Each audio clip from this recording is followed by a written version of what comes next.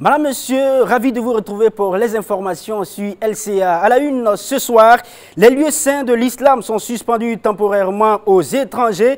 Une décision des autorités saoudiennes prise hier pour prévenir les cas de coronavirus qui se propagent dans le Golfe. Pour l'instant, aucune infection n'a été enregistrée sur le sol saoudien, mais on enregistre ces derniers jours des dizaines de cas de personnes revenant d'un pèlerinage chiite en Iran où la maladie a fait 26 morts. On en parle tout de suite dans ce journal. Comprendre les attaques armées au Burkina Faso, profil et itinéraire de terroristes, c'est le titre de l'œuvre d'un journaliste burkinabé, Atiana Serge Oulon. Après 2 écrits sur Gilbert Diendéré et sur l'insurrection populaire, apporte sa contribution pour une meilleure compréhension de la nébuleuse terroriste au Burkina Faso. La dédicace de son livre, c'était hier à Ouagadougou. À la une également, un détournement de fonds dans le secteur de la défense au Niger. Un audit instruit par le président Mahamadou Issoufou révèle donc des surfacturations, de fausses factures, de faux bons de livraison et des décaissements induits au trésor public. Les proches de la mouvance présidentielle sont cités dans l'affaire. Des détournements qui ne sont pas sans conséquences sur les soldats impliqués dans la lutte contre le terrorisme. Plus de précisions dans un instant. Bienvenue à vous tous et merci bien sûr de suivre LCA, la chaîne africaine de télévision. Tout d'abord, l'actualité au Burkina Faso. La jeune chambre internationale et l'ambassadeur de la Chine au Burkina ont tous les deux été reçus par le Premier ministre Christophe Dabiré avec la JCI. La visite a porté sur l'organisation d'une conférence que la structure de jeunes compte tenir à Ouagadougou. Dans le même temps, le chef du gouvernement a eu des échanges avec Li Jian, l'ambassadeur de la Chine au Burkina Faso. La discussion a porté sur les relations sino-burkinabées et sur le coronavirus. Gilda Saïb Bachirou Sawadogo pour le compte-rendu. Accompagnée de ses collaborateurs, la vice-présidente exécutive de la Jeune Chambre internationale est venue faire part au Premier ministre d'un rendez-vous de sa structure. L'organisation du 17 au 20 juin prochain d'une conférence à Ouagadougou. Un cadre qui va réunir des participants venus d'Afrique et du Moyen-Orient. On pense avoir un minimum de 400 délégués des autres pays qui viendront chez vous, ici, au Burkina Faso, pour la conférence. Le but de la conférence, c'est d'avoir un sommet régional pour que les jeunes de l'Afrique et le Moyen-Orient puissent se réunir pour qu'on s'en parle à propos des atouts qu'on a pour l'Afrique et aussi des difficultés qu'on fait face en Afrique et le Moyen-Orient et de travailler ensemble pour trouver des solutions durables. Et un autre accès de la conférence sera sur l'entrepreneuriat parce qu'on sait que le chômage touche tous les pays dans la région et le but c'est d'avoir une plateforme pour que les jeunes puissent venir de l'avant, parler de leur entreprise, ce qu'ils en font et au niveau de la Jeune Chambre, on va voir si on pourra les accompagner dans quelconque façon pour leur futur développement. Faisant suite à la Jeune Chambre industrielle, l'ambassadeur de Chine est aussi venu s'entretenir avec Christophe Dabiré. Entre les deux hommes, il est question de coronavirus, une épidémie qui ces derniers temps s'est étendue hors du continent asiatique. Maintenant, la situation épidémique, c'était déjà sous le contrôle, justement, grâce à des mesures vraiment draconiennes prises par le gouvernement chinois. Et puis on a aussi fait des échanges sur la coopération entre les deux gouvernements, de travailler pour prévenir ce genre de risque de propagation du coronavirus en Afrique et surtout pour notre pays ami, Burkina Faso, puisque même depuis le début de la crise épidémique, l'ambassade de Chine a déjà beaucoup travaillé étroitement avec la structure sanitaire ici, comme le ministère de la Santé, et aussi la représentation de l'OMS ici, au Burkina, de travailler pour mettre en place un dispositif qui va sensibiliser le public de bien se protéger contre ce virus. Et puis, on va sensibiliser aussi les connaissances élémentaires pour que le public peut se garder tout genre de risques de contamination. Et Li Jian de rassurer quant aux mesures prises par son pays pour que l'épidémie de coronavirus ne constitue pas un point de discorde entre la Chine et le Burkina Faso. À propos du coronavirus, l'épidémie se répand dans plusieurs pays. Et en Europe, l'Italie est le pays le plus touché. Plus de 470 cas et 12 morts sont enregistrés. Le gouvernement italien prend en effet des mesures pour prévenir la propagation de la maladie, particulièrement au nord du pays, la partie la plus touchée. 11 villes sont en quarantaine depuis le début de l'épidémie. Plus de 30 000 Burkinabés vivent dans ce pays et aucun cas signalé au sein de la communauté burkinabé en Italie. Mais pour des mesures de prudence, le consulat général du Burkina Faso à Milan est fermé au public depuis le mardi dernier. Et je vous le disais donc en début de ce journal, l'Arabie Saoudite suspend temporairement l'entrée des pèlerins se rendant à la Mecque. Une décision prise hier pour prévenir l'arrivée du nouveau coronavirus qui s'est propagé dans le Golfe. Aucune infection au coronavirus sur son sol jusqu'à présent, mais la plupart des pays voisins ont enregistré des dizaines de cas ces derniers jours. Ces personnes proviennent d'un pèlerinage chiite en Iran où la maladie a fait 26 morts, bilan le plus lourd après celui de la Chine, foyer de l'épidémie. Les Émirats ont aussi suspendu tous les vols vers et en provenance d'Iran à cause de cette épidémie. Pour rappel, en 2003, le pays avait suspendu l'octroi de visa pour l'Omra. L'Omra qui est un petit pèlerinage que tous les fidèles peuvent faire à tout moment. La suspension concernait certains pays d'asile en raison du syndrome respiratoire aigu sévère qu'on appelait STRAS, qui avait donc fait 774 morts dans le monde, un bilan largement dépassé aujourd'hui par le nouveau coronavirus. Et pour terminer tout à fait sur le chapitre coronavirus, sachez qu'un footballeur nigérian est infecté par cette maladie. King Odou, c'est son nom. Il est devenu le premier joueur professionnel de football à être diagnostiqué avec la maladie en Italie. Le footballeur italo-nigérien évolue en Série C, 3e division en Italie. Le footballeur de 22 ans qui se trouve actuellement au service des maladies infectieuses de l'hôpital Lascotte de Sienne est dans un état jugé bon. Notez-le, ce joueur s'était placé de lui-même en quarantaine durant le week-end dernier. Après s'être senti fiévreux, il devait jouer le dimanche dernier avec son équipe contre une autre de moins de 23 ans de la Juventus. Bien que n'ayant pas approché les joueurs adverses, la Juventus a donc décidé de prendre certaines mesures d'observation de son équipe. Quant à l'ensemble de l'équipe de King Odou, elle est désormais en quarantaine par mesure de précaution. Nous changeons de registre pour parler de sécurité au Burkina Faso. La question du terrorisme inquiète de plus en plus les citoyens du pays et lui veut lever donc le voile sur cette hydre en produisant une œuvre dénommée Comprendre les attaques armées au Burkina Faso, profil et itinéraire du terroriste. C'est une œuvre de Atiana, donc Serge Oulon. Cet ouvrage est le 3e après celui sur le général Gilbert Diendéré et celui sur l'insurrection populaire. Le journaliste écrivain burkinabé fait la dédicace, donc il a fait donc la dédicace de ce livre hier à Ouagadougou. Gildas Da et Bassirou Sawadogo, qui étaient donc à cette dédicace, nous font découvrir le livre.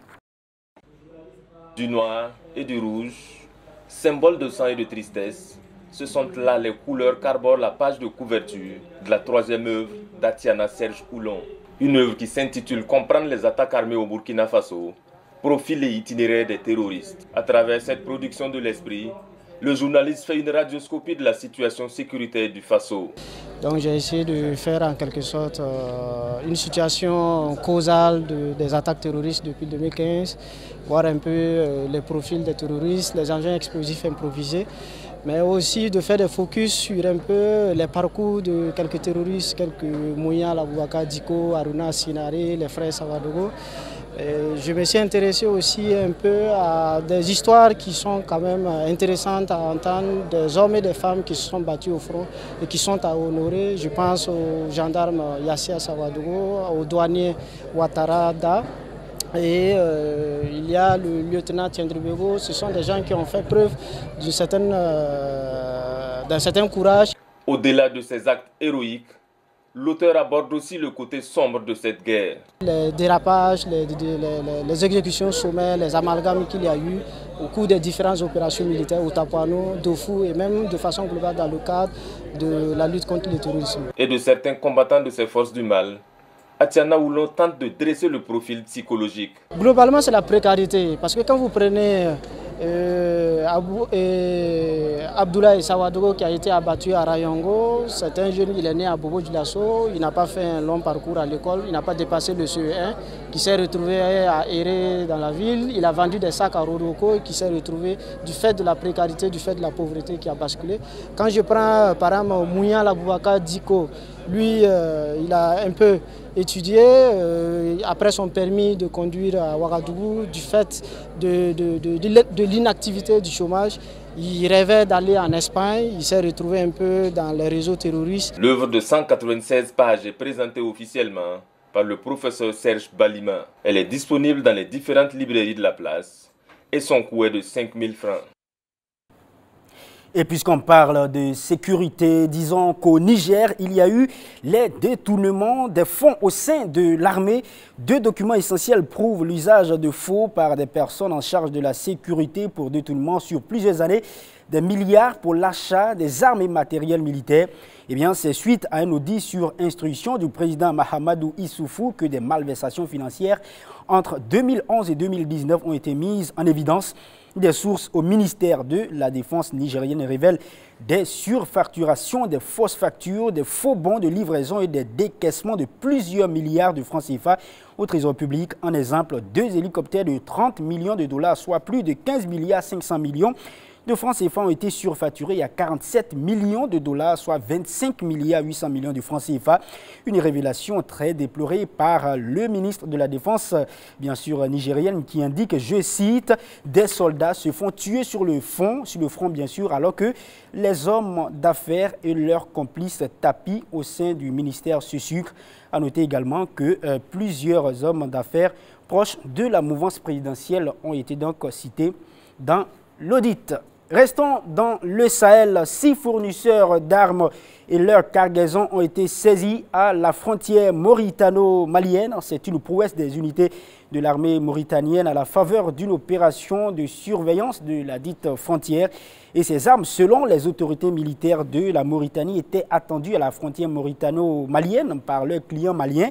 Ces individus étaient à bord de 3 véhicules, tentaient de traverser donc la partie nord du territoire mauritanien en direction donc du Mali. Dans la suite de ce journal, les 6 contrebandiers donc, dont on parlait à l'instant en possession, ils avaient donc en possession 1 kg de drogue, 2 mitrailleuses, 2 véhicules et 3000 balles. On parle bien sûr des munitions. Dans la suite donc, de ce journal, on parle du grand banditisme au Burkina Faso. Je l'annonçais, 3 réseaux de présumés délinquants ont été arrêtés par la police nationale de Bobo-Dioulasso. Nous sommes bien sûr au Burkina Faso. Ils ont été présentés à la presse hier dans la ville de Sia. Le premier réseau composé de 5 membres spécialisés dans le braquage des stations d'essence et boutiques de mobile money sont tous des étudiants. Le cerveau du groupe a été appréhendé donc, le 23 février dernier suite à un vol dans une station. Une enquête a permis de mettre le grappin sur les autres membres. À leur actif, 14 braquages au cours desquels 2 personnes ont perdu la vie. Le butin donc, de ces attaques est estimé à plus de 5 millions de francs CFA. Le deuxième réseau, lui, est un loup solitaire. Il se faisait aussi passer pour un infirmier et escroquait ses victimes. Il a été interpellé le 17 février dernier. Le troisième réseau opérait également et seule sa spécialité, une salle de jeu à Bobo-Dioulasso qu'il aurait donc cambriolé 4 fois et avant donc de passer à l'acte, il administrait donc un somnifère aux gardiens. Le commissaire Karim Dao, puis bien sûr le commissaire de Bobo-Dioulasso et ses collaborateurs invitent la population à collaborer avec les services de sécurité afin de les aider à mieux servir. Et on parle maintenant de culture pour terminer cette édition. Du 2 au 7 mars prochain se tiennent à Ouagadougou les journées cinématographiques de la femme africaine de l'image, en abrégé JCFA 2020. La délégation générale du FESPACO et l'Union nationale des femmes de l'image du Burkina l'ont annoncé ce matin. Et bien sûr, lors d'une conférence de presse ici à Ouagadougou, les JCFA 2020 se tiennent sous le thème cinéma, genre et lutte contre les violences faites aux femmes. La suite avec Achille Ouedraogo et Ahmed Nanema. Les violences faites aux femmes, une réalité et une problématique mondiale dont la 6e édition des Journées cinématographiques de la femme africaine de l'image, JCFA, veut saisir à bras le corps. Pour ce faire, la junte féminine africaine du 7e art entend tenir des conférences et des panels autour du thème dès l'entame de cet événement en vue de pallier à ce fléau. Partout, même dans les réseaux sociaux, on voit les violences qui sont faites par-ci, par-là. On apprend qu'on a violé une fillette par-là, on apprend qu'on a battu une femme par-là, on apprend... Bon, en tout cas, c'est vraiment un thème. Nous croyons que ça peut intéresser tout le monde. Nous sommes tous coupables de ce phénomène et il faut qu'ensemble, nous puissions discuter, échanger et trouver des voies et moyens pour sensibiliser nous tous, voilà, pour que ce genre de phénomène ne se reproduise plus. Une trentaine de courts-métrages seront en lice et projetés au cours de la semaine des JCFA 2020. Nous avons prévu une petite sélection de films. Donc le premier jour, on a prévu effectivement la projection d'une série de courts-métrages qui sont évidemment des films de commande pour lesquels la contribution des professionnels avait été demandée. Et les films ont été réalisés à la fois par des femmes cinéastes, mais aussi par des hommes cinéastes. Pour la réalisatrice burkinabé, les problèmes des femmes devraient faire l'objet de discussions avec les hommes, vu qu'ils sont leurs collaborateurs. Les problèmes des femmes, on les a aussi avec les hommes, c'est pour ça qu'on parle de genre. Donc nos problèmes, ce n'est pas intéressant de les débattre entre femmes. C'est vrai qu'entre femmes, il y a des choses qu'on peut se dire, mais il est intéressant aussi d'ouvrir le débat et pour que les hommes puissent comprendre aussi les problèmes qu'on peut avoir dans le travail avec eux. Donc c'est nécessaire de joindre le genre même à l'activité. Mais en général, on se retrouve entre femmes à débattre des problèmes de femmes et ce n'est pas intéressant. Prévu pour se tenir du 2 au 7 mars, les journées cinématographiques de la femme africaine de l'image répondent à la vision de faire du FESPACO un festival de son temps et d'offrir une place de choix à la professionnelle africaine de l'image. Voilà, c'est donc ici que prend fin ce journal. Merci à vous de l'avoir suivi. Demain encore, je serai avec vous. D'ici là, portez-vous bien. Mais avant, les programmes se poursuivent ici, LCA, la chaîne africaine de télévision. Très bonne soirée.